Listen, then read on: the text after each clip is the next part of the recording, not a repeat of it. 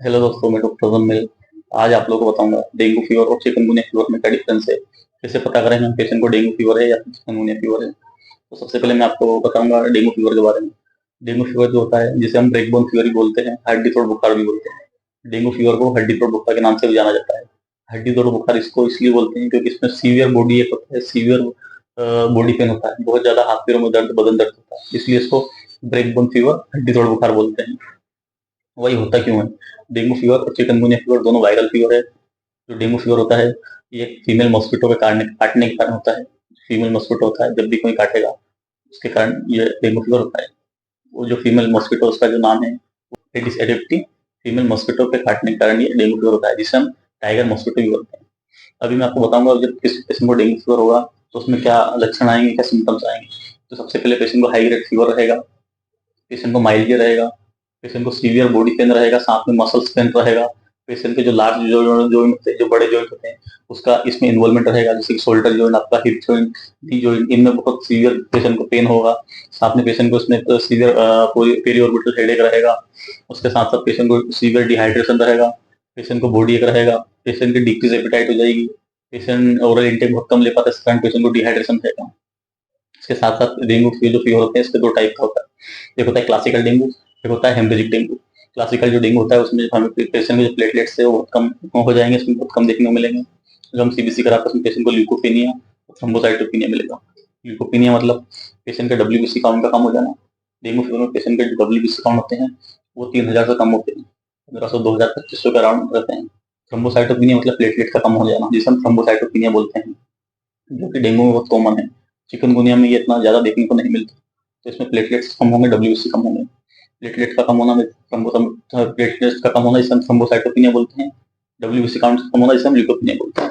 जब भी पेशेंट के जब बहुत ज़्यादा प्लेटलेट्स कम हो जाते हैं, जो क्लासिकल डेंगू है, इसमें पेशेंट का प्लेटलेट बहुत ज़्यादा कम हो जाएंगे, बिलो 20,000 आ जाएंगे, 10 या 15,000 के बीच में।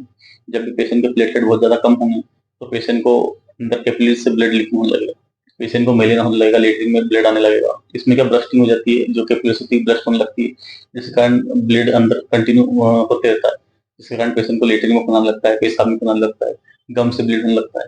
अगर पेशेंट को खांसी होने लगी तो उसमें खांसी में ब्लड आने लगेगा, कारण खून आने लगेगा। इस तरह से जो क्लासिकल डेंगू है उसमें कैपिलरीज ब्रस्ट होने के कारण ब्लीड होने लगता है। तो जब ब्लीड होगा पेशेंट को तो उसे हम फिर उसको हम नाम दे देते हैं हेमरेजिक डेंगू। तो जब पेशेंट को हेमरेज होने लगता है, लेटरिन के रास्ते खून आना, पेशाब में खून आना, मसूड़ों से खून आना, खांसी में खून आना, खकार में खून आना, ऐसा होने लगता है तो उसे हम हेमरेजिक डेंगू बोलते हैं। जब भी क्लासिकल डेंगू होता है तो पेशेंट में प्लेटलेट कम होंगे, साथ में बॉडी पे रेसेस आएंगे, शरीर पर लाल चट्टे होने लगेंगे, शरीर पर लाल दाने होने लगेंगे, बॉडी उसकी रेडनेस होने लगेगी, इस तरह से। और अभी मैं आपको बताऊंगा डेंगू और फीवर किसी पेशेंट को है तो उसमें हम क्या क्या ब्लड टेस्ट करेंगे, क्या क्या रूटीन टेस्ट करेंगे, जिससे हम पता लगाएंगे पेशेंट को डेंगू है। तो सबसे पहले आपको इसमें एक सीबीसी टेस्ट करवाना है। सीबीसी जो टेस्ट है उसमें आपको देखना है पेशेंट के डब्ल्यूबीसी और प्लेटलेट्स। इसमें पेशेंट के प्लेटलेट्स कम होंगे और डब्ल्यूबीसी कम होंगे। नेक्स्ट जो टेस्ट होता है वो होता है डेंगू सीरोलॉजी, जिसमें हम आईजीएम और एनएस1 एंटीजन देखते हैं, जिससे पता लगाते हैं पेशेंट को डेंगू है या नहीं। नेक्स्ट जो टेस्ट होता है टर्निकेट टेस्ट होता है। उसके बाद जो टेस्ट होता है आरटीपीसीआर टेस्ट होता है। जिस तरह हम कोविड में करते थे आरटीपीसीआर पेशेंट के लिए, उसी तरह डेंगू को डिटेक्ट करने के लिए आरटीपीसीआर टेस्ट किया जाता है। नेक्स्ट जो टेस्ट है इसमें होता है जिसे हम बोलते हैं एलिजा टेस्ट। एलिजा टेस्ट के द्वारा हम एंटीजन और एंटीबॉडी का पता लगाते हैं।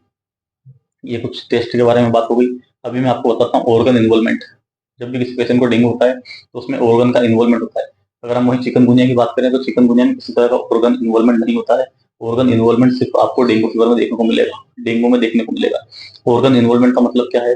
तो किसी भी ऑर्गन का इन्वॉल्व हो जाना डेंगू फीवर में, उसे हम बोलते हैं ऑर्गन इन्वॉल्वमेंट।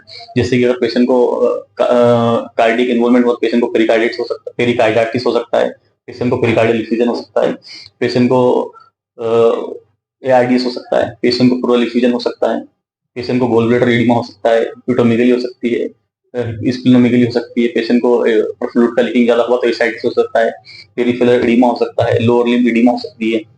ये कुछ इसके ऑर्गन इन्वॉल्वमेंट है।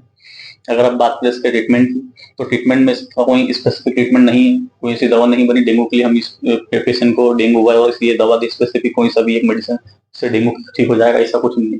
डेंगू फीवर अगर किसी पेशेंट को हुआ है तो उसके लिए हमें सिम्टोमेटिक ट्रीटमेंट देना है। सिम्टोमेटिक ट्रीटमेंट का क्या मतलब? अगर किसी पेशेंट को फीवर आ रहा है, फीवर के लिए उसको फीवर की मेडिसिन, तो एंटीबायोटिक्स दी जाती है जो फीवर को कम करेगी, आपकी पैरासिटामोल वगैरह। अगर पेशेंट को बहुत ज़्यादा डिहाइड्रेशन है तो उसका हाइड्रेशन हमें मेंटेन करके रखना है। पेशेंट को फ्रूट्स देना है, ओआरएस का घोल देना है, लिक्विड डाइट देनी है, दलिया, खिचड़ी, फूली, दाल का पानी, नारियल पानी, पपीता, कीवी फल, कोकोनट वाटर, ये सब चीज़ें ज़्यादा देनी है। पेशेंट का हाइड्रेशन मेंटेन करके रखना है। आपको एक चीज़ ज़रूर याद रखना है, इसमें अगर पेशेंट को बहुत ज़्यादा जॉइंट्स पेन है तो उसमें आपको पेशेंट को एनालिसिस बिल्कुल प्रिस्क्राइब नहीं करना है। डेंगू फीवर में प्लेटलेट्स कम रहते हैं। प्लेटलेट्स कम होने की वजह से इसमें जो एनालिसिस है कॉन्ट्राइंडिकेटेड करते हैं। अगर आप पेशेंट को एनसेड्स देंगे, non steroid anti inflammatory drugs, जो कि प्लेटलेट्स को कम करवाएगी, तो आपको हमेशा एक बात को ध्यान रखना है, अगर पेशेंट को प्लेटलेट्स कम है, डेंगू फीवर है, तो आपको उसको एनालिसिस नहीं देना है। वहीं नेक्स्ट बात आती है एस्पिरिन की। बहुत से लोग क्या करते हैं कि पेशेंट को बहुत सीवियर जॉइंट पेन हो रहा है तो उसमें एस्पिरिन दे देते हैं।